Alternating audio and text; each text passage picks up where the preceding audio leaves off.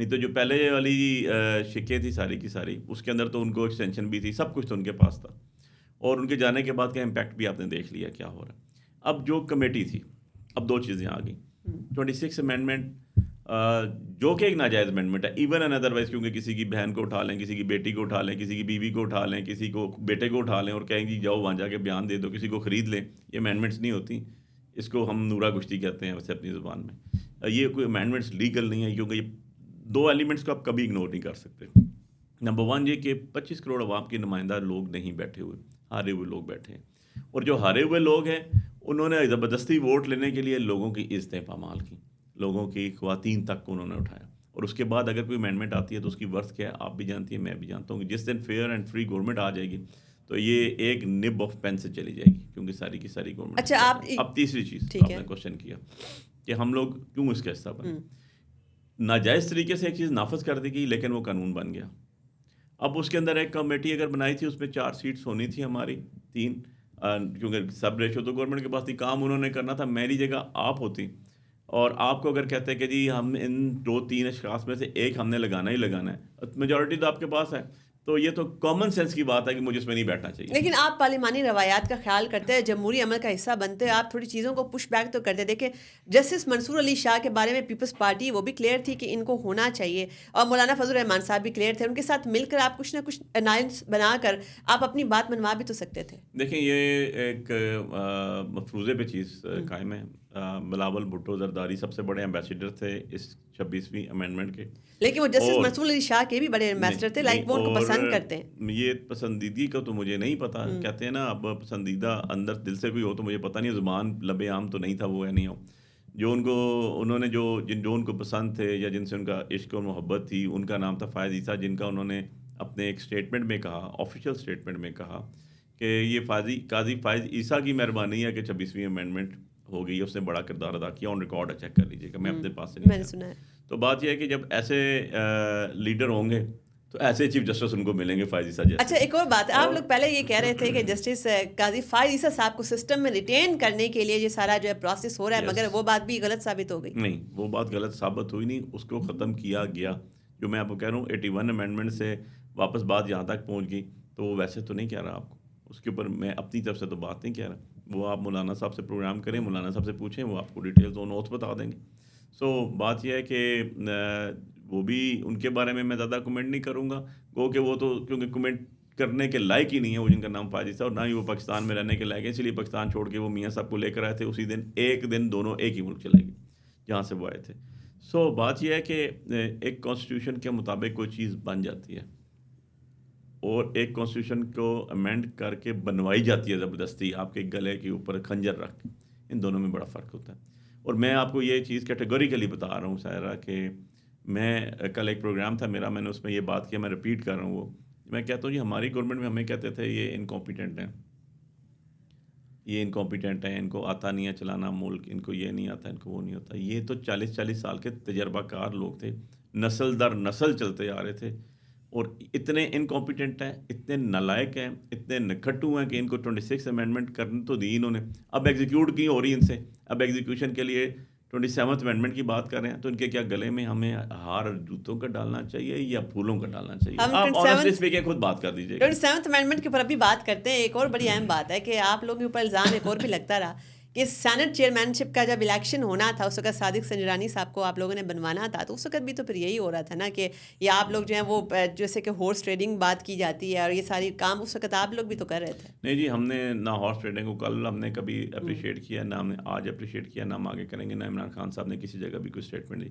صادق سنجرانی کل بھی جن کا تھا، پرسوں بھی ان کا تھا، آپ لوگوں کا رول تھا نا، آج بھی ان کا تھا، دیکھیں کل بھی ان کا ہوگا۔ آپ لوگوں کی قیادت کے مجھے بیانات۔ ایک بات بتا دیں، ایک شخص ایسے بیٹھے ہوئے ہیں اسمبلی کے اندر جن کی کوئی پارٹی نہیں ہے لیکن وہ جیت کے بیٹھے ہوئے ہیں، ان کا نام فیصل ووڈا ہے۔ دیکھیں ہم ان پہ آتے ہیں، لیکن پہلے صادق سنجرانی صاحب کے اوپر آپ آئیں۔ دیکھیں اس وقت آپ لوگوں نے پارٹیسپیٹ کیا تھا، میں نے بتا دیا آپ کو کہ صادق سنجرانی نہ کل ہمارے تھے، نہ آج ان کے ہیں، نہ کل کسی اور کے ہوں گے، وہ جن کے ہیں وہی لے کر آتے ہیں، وہی بٹھاتے ہیں، وہی گراتے ہیں، وہی بناتے ہیں۔ بٹ ایک چیز بتا دوں گا، but you are hand in girls. میں آپ کو بتاؤں، دیکھیں انسان کو نا اپنی غلطیوں سے سیکھنا بھی پڑتا ہے، ٹھیک ہے، اصلاح بھی کرنی پڑتی ہے، آپ لوگوں نے جس سے آگے سیکھا۔ پروگریس کرنا ہوتا ہے۔ ہم اگر اصلاح نہ کرتے تو ہم عمران خان صاحب 2 سال سے جیل میں، دوسرے سال سے جیل میں نہ ہوتے۔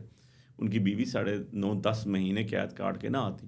آپ دیکھیں بڑا ظلم ہے یہ کہ جب آپ بشرا بی بی کا موازنہ کر دیتے ہیں مریم کے ساتھ یا اس کا موازنہ کر دیتے ہیں فریال تارپور کے ساتھ. یار خدا کا خوف کریں, ایک نے 2 مہینے جیل کاٹی, ایک نے 2.25 مہینے جیل کاٹی, ٹھیک ہے, اور ایک نے 9.5 مہینے جیل کاٹی, جو پولیٹیکل خاتون ہی نہیں ہے. فریال تارپور صاحب پورا ملک چلاتی تھی. اچھا, اس میں خواتین والی بات جو ہے اس پہ بہت زیادہ نہیں, اسی لیے میں کلیئر کر رہا ہوں, خواتین ہی کو کلیئر کروں, آپ بھی خاتون ہیں, اس لیے آپ کو بھی یہ پتا ہونا چاہیے کہ what is the difference between both اور تھرائس. تینوں کے کیسز میں کیا فرق تھا.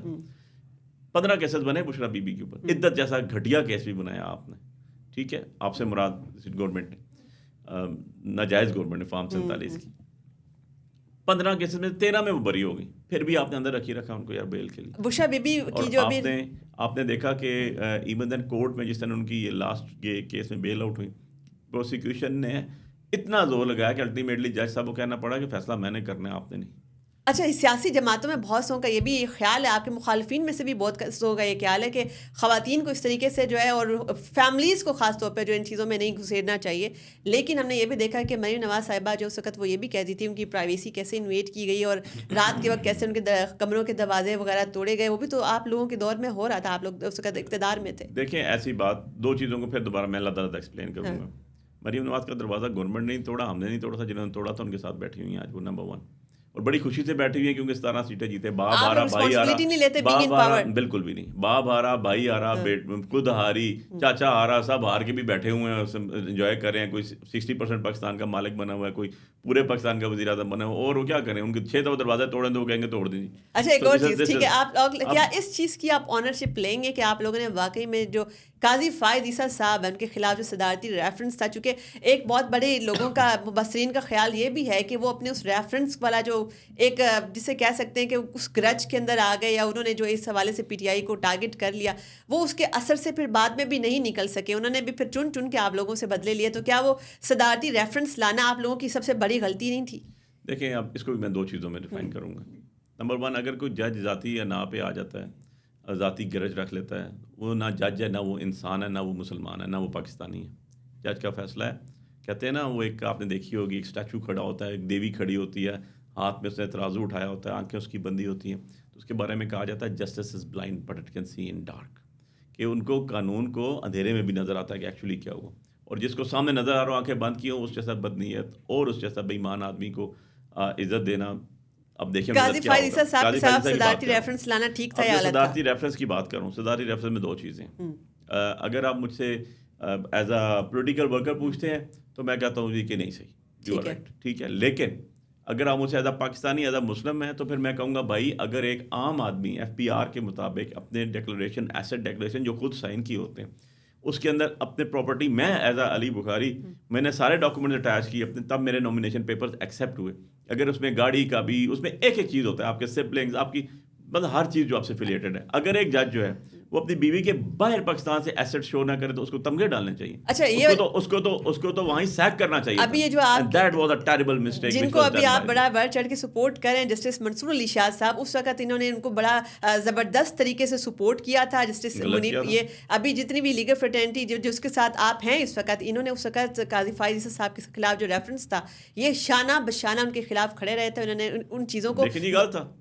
آپ دیکھیں, یہ آپ کا سورج نکلا ہوا باہر, میری انگلی رکھنے سے سورج چھپے گا تو نہیں. اب بات یہ ہے کہ منصور علی شاہ صاحب نے جو ان کو سپورٹ کیا, دیٹ واز اسٹرانگ, بیکاز کہ آپ نے اپنے ایک جج کو بچانے کے لیے آپ نے FPR کو یہ کہہ دیا کہ آپ ججز کی اسکروٹنی نہیں کر سکتے.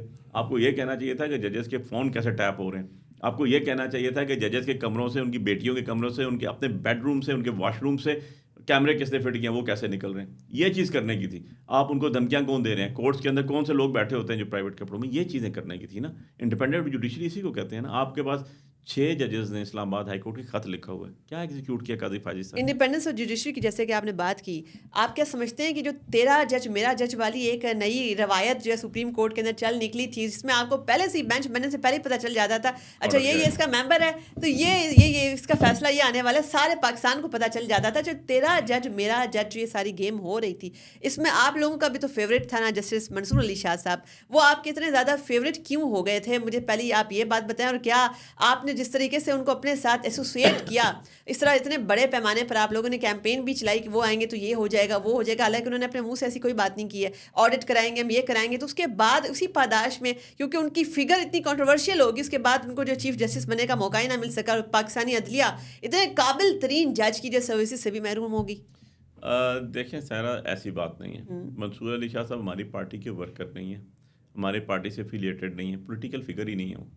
اب بات یہ ہے کہ میں ہوں, میری جگہ آپ ہوں, کیا آپ اگر یہ کہیں کہ جو ہمارا کانسٹیٹیوشنل یا پریکٹس اینڈ پروسیجر ایکٹ چل رہا ہے اس کے تحت جو سینئر جج ہوتا ہے, جو پیونی جج ہوتا ہے, اسی نے چیف جسٹس بننا ہے, وہی آ رہا ہے بنتے ہوئے, تو اس میں اگر میں کہتا ہوں کہ یار ایک غدار آدمی جو ایمانداری نہ کرے, وہ غداری کرتا ہے, وہ بیٹھا ہوا ہے, اس کے جانے کے بعد اگر کوئی ایک ایماندار آدمی آگے بیٹھ جاتا ہے تو اس میں کوئی برائی تو نہیں ہے. یہ تو کسی کو اگر میں کہتا ہوں کہ یار مجھے آکسیجن ملے گا انصاف کے تقاضے پورے کرتے ہوئے, تو اس میں کون سی حجت ہے؟ اس میں اگر منصور شاہ صاحب کا نام آیا, منصور شاہ صاحب سے, اگر منصور شاہ صاحب سے پہلے جسٹس اعجاز الحسن صاحب تھے, اگر وہ آتے ان سے ریزائن لے لایا گیا, کسی نے کوئی بات نہیں کی, کس نے اس سے ریزائن دلوایا زبردستی؟ کبھی کسی نے پوچھا کہ انہوں نے چیف بننا تھا؟ کون سا شخص تھا کہ جس نے کہا تھا کہ بھائی اگر یہ بیٹھے گا تو میں فیصلے تمہارے حق میں نہیں کروں گا؟ دیکھیں قاضی آف دا ریکارڈ باتیں ہوتی ہیں, لیکن پاکستان میں تو کوئی چیز قاضی فائز عیسیٰ صاحب خود جو ہے وہ ایک بات کہتے رہے ہیں کہ کسی ایک میرے قلم سے جو لکھے گئے فیصلے ہیں وہ کسی ایک فریق کے حق میں ہوں گے تو دوسرے کے مخالف ہی ہوں گے. اب جیسے کہ آپ لوگ جس طرح سے کسی کی تعریف میں زمین و آسمان کے کلاپیں ملاتے رہے, جیسے کہ منصور علی شاہ صاحب کی اب تک بڑی تعریفیں کر رہے تھے, اسی طرح وہ قاضی فائز عیسیٰ صاحب کی آپ کے جو مخالف ہیں, سیاسی مخالف, ان کی تعریفیں کرتے ہیں. ہم اسی عدلیہ کی تقسیم کی ہی بات کریں گے. کیا یہ اچھا فیصلہ نہیں تھا کہ عدلیہ کو اس تقسیم سے نکالنے کے لیے آئینی اور سیاسی معاملات جو ہے ان کا بینچ یہ علیحدہ ہو گیا, اس کے علاوہ ایک ایسی شخصیت کو سپریم کورٹ کا چیف جسٹس نامزد کر دیا جیسے جسٹس یحییٰ آفریدی صاحب, جن کے اوپر اکراس دا پولیٹیکل اسپیکٹرم جو ہے وہ سب ان کا بڑا عزت سے نام لیتے, کسی گروپ بندی کا وہ حصہ نہیں ہے, اور انہوں نے آتے ہی یکجا کرنے کا کام بھی شروع کر دیا.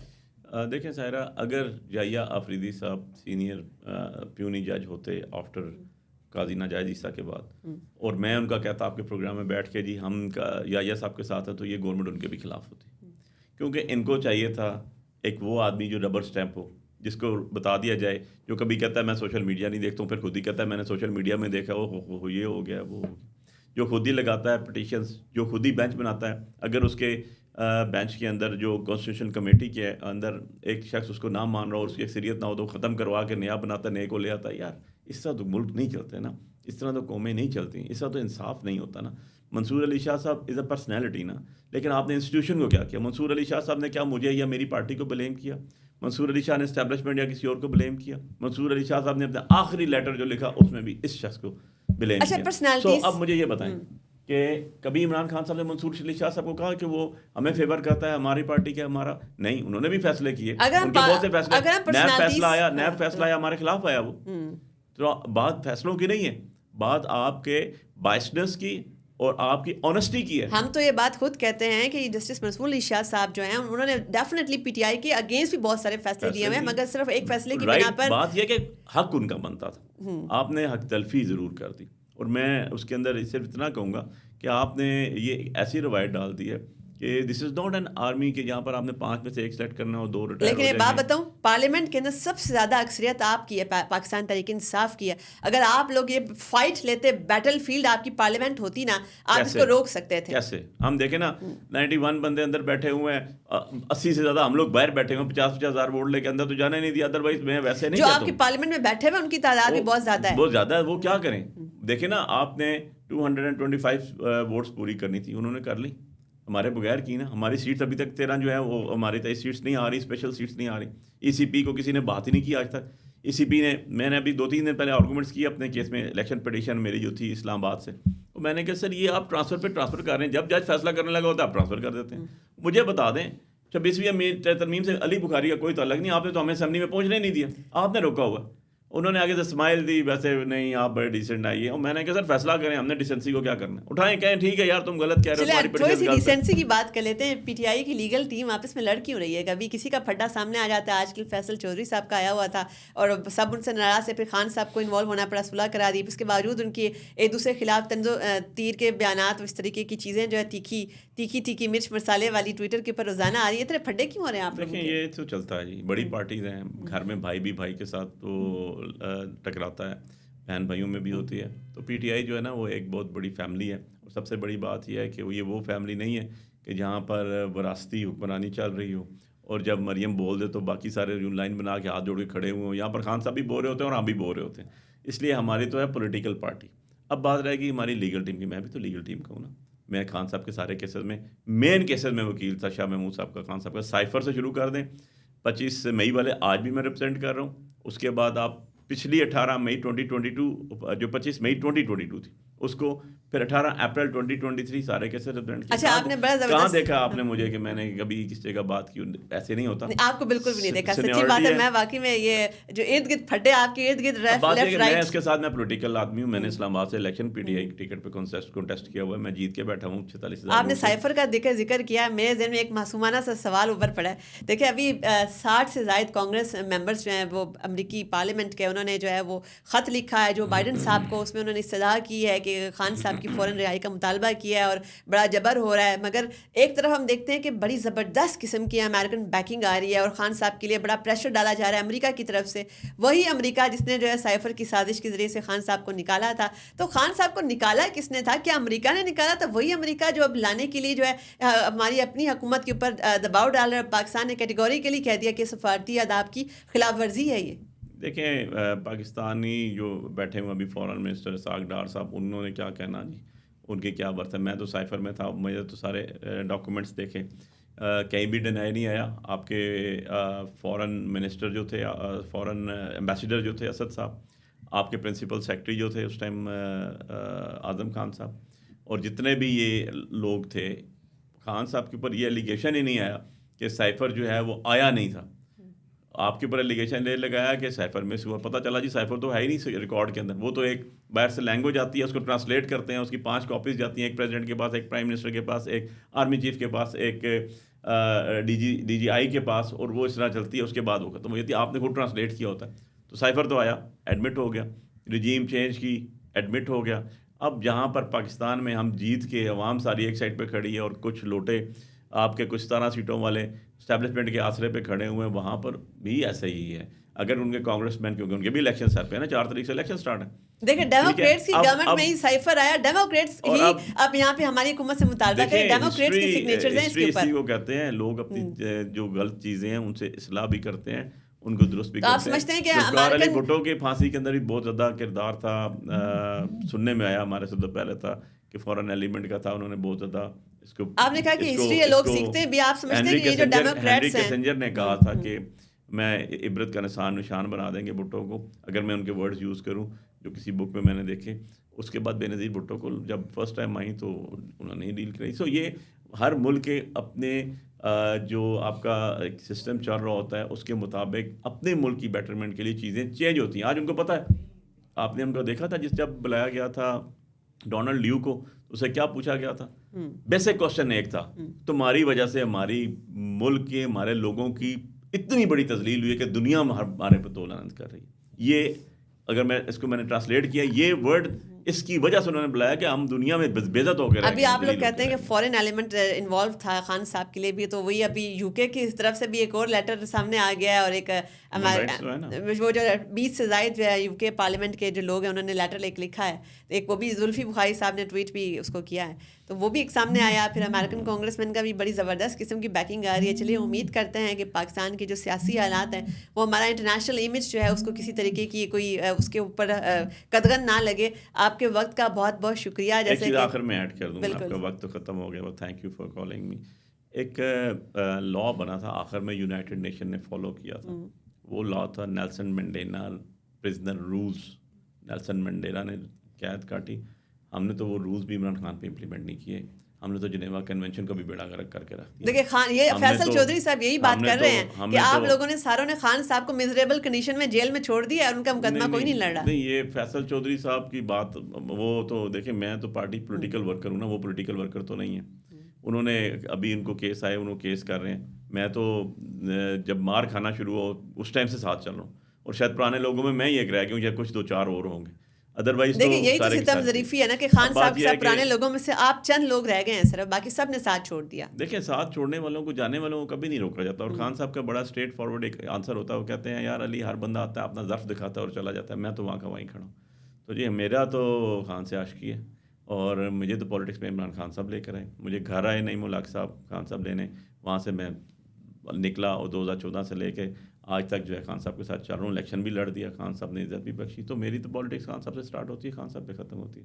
اور میں وہی آپ کو بتاؤں گا جو حق سچ کی بات ہے، جو میں نے خود سنی. ایسے آپ جیسی مثالیں جو ہے نا سیاست میں وہ بڑی کم ملتی ہیں کہ جنہوں نے ہمیشہ ایک پارٹی ایک نظریے کے ساتھ اپنی لائلٹی مرتے دم تک دکھائی، اور جتنا مرضی مشکل ٹائم آیا لیکن آپ لوگ جو ہیں اپنے نظریے کے ساتھ کھڑے رہے. خان صاحب نے بہت سے ڈیزگنیشن دیے. میں جب گورنمنٹ میں تھا تو میں LACDA بھی رہا، میں اپنا PTV بورڈ ممبر رہا، میں چیئرپرسن پیمرا رہا، اور میں نے سارے آنرری کام کیے. میں لوکل گورنمنٹ کمیشن ممبر رہا. مجھے خان صاحب نے سینٹ کا ٹکٹ بھی دیا تھا 2021 کے الیکشن میں. جب وہ شیخ صاحب آ گئے پھر میں نے ودرا کیا. مجھے 2023 کے 8 فروری کے الیکشن میں اسلام آباد سے خان صاحب نے ٹکٹ دیا، اور سب سے پہلے مجھے کہا تم نے الیکشن لڑنا ہے وہاں سے. سو دا تھنگ از کہ میں اگر کچھ بھی مجھے خان صاحب نہ ابلائج کرتے، میں ایز اے ورکر ہوتا، تو بلیو می کہ میں خان صاحب کے ساتھ ہی ہوتا. یہ دیکھیں ایک اور بات بتا دوں آخری، میں آخری شخص تھا وہ کہ جب خان صاحب کو 9 مئی کو ہائی کورٹ سے اٹھایا گیا، تو ہائی کورٹ بلڈنگ میں بائی میٹرک کے ٹائم خان صاحب کو جب اٹھایا گیا اور آخری بندہ اس کو ڈنڈے پڑے اور پیپر سپرے پڑے اندر یونیفارم میں، وہ میں تھا. اچھا ویسے ایسی مثالیں ہماری سیاسی، ہمارا جو پولیٹیکل کلائمیٹ ہے اس میں بڑی کم ملتی ہیں. آپ کا وقت کا بہت شکریہ. ہم یہی دیکھتے ہیں کہ جب سیاسی جماعتوں کے اوپر مشکل وقت آتا ہے تو اس میں جو لیڈرشپ ہوتی ہے اس کو سب تنہا چھوڑ دیتے ہیں. اپنے مفادات کی سیاست ہوتی ہے، پرسنالٹیز کی سیاست ہوتی ہے، مگر پاکستان میں اصولی سیاست جو ہے ہم نے بہت کم دیکھی. اور ایسی بہت کم مثالیں ہمارے پاس موجود ہیں جن کا ایک ہی نظریہ، ایک ہی اصول جو تھا، اور ان کی جمہوری پرنسپلس شروع کے دنوں میں تھے، آخری دنوں میں بھی جو ہے انہوں نے انہی کے ساتھ وہ کھڑے رہ کر اپنی جدوجہد کی. ہم یہ سمجھتے ہیں کہ بھی آنے والی جو یوتھ ہے، ہماری جو اگلی نسل ہے، اس کے سامنے ایسی مثالیں سامنے لانا بہت ضروری ہے کہ جو یہ دیکھیں کہ پاکستان میں اصولی سیاست کو بھی دیکھیں. صرف مفادات کی اور پرسنالٹیز کی جو سیاست ہے اس سے ہمیں نکل کر ریاست پاکستان کے بارے میں سوچنا ہوگا. اپنی میزبان سارا خان کو دیجیے اجازت. اللہ حافظ.